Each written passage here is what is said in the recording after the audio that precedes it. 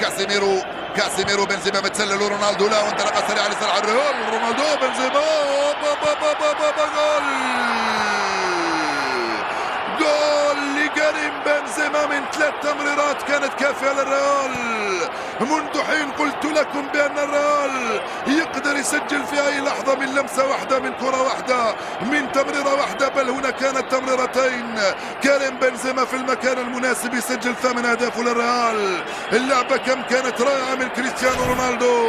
هاي الإعادة مرة ثانية. كاسيميرو مباشرة لرونالدو، انطلق على الجهة اليسرى، استلم بيمناه حطها وبيسراه مررها في اتجاه كريم، لم يكن في وضع التسلل، خلاها وصلت وضربها بيمناه حطها على يمين كيبا. جول الريال عند الدقيقة 25. ريال مدريد في بلباو في متفوق بهدف مقابل 0 امام اتلتيك بلباو الذي بدأ المباراة بقوة في الربع ساعة الاول. هدف غالي وثمين للريال في هذه اللحظات، يحطم لاعبي اتلتيكو مدريد اتلتيك بلباو او يؤثر عليهم بالاحرى. جول مقابل 0 لريال مدريد وكريم بنزيما امام بلباو. بنيات كرة صعبة للاتلتيك على الجهة اليمنى ناحية ويليامز، يلحق عليها ويليامز من امام مارسيلو. ويليامز الكرة بالراس وجول. با با با با با با با. هدف عالمي لاتلتيك بلباو في منتهى الروعة. توزيعها في القائمة الثاني. جول فعلها اتلتيك بلباو عن طريق دوريس. فنان انتيا راؤول غارثيا، توزيعها بالراس من اروع ما يكون، عالمية على الطريقة الباسكية. يا سلام. من هناك التوزيع من إنياكي ويليامز في القائمة الثاني بالبراعة والدقة اللازمتين. راؤول غارثيا كالمعتاد براسه حطها لك يا دوريتس. جول التعديل لاتلتيك بلباو مستحق، هو التاسع لأريتسا دوريتس. شوف اللعبة كم كانت رائعة وممتعة. ويليامز من هناك يمرر في القائمة الثاني. با با با با انت رائع رائع يا راؤول غارثيا، تمريرتك بالراس ولا اروع.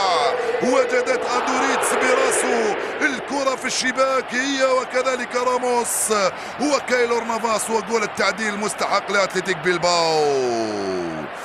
با با با با هدف رائع، نعم رائع جدا هذا الجول. هدف الريال كان رائع وهدف اتلتيك بلباو كان اروع. هدف الريال بالرجلين وهدف اتلتيك بلباو بالراس كان رائع، لان تمريرة رونالدو برجله لبنزيما رائعة، وتمريرة راؤول غارثيا براسه في اتجاه دوريتس على فالفيردي.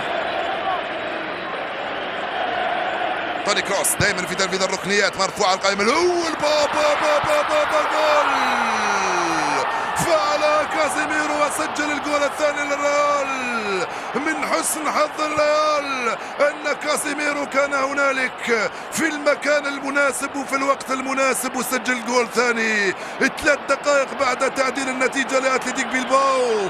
فعلها الريال ب7 ارواح. البرازيلي كاسيميرو يسجل الجول الثاني للريال.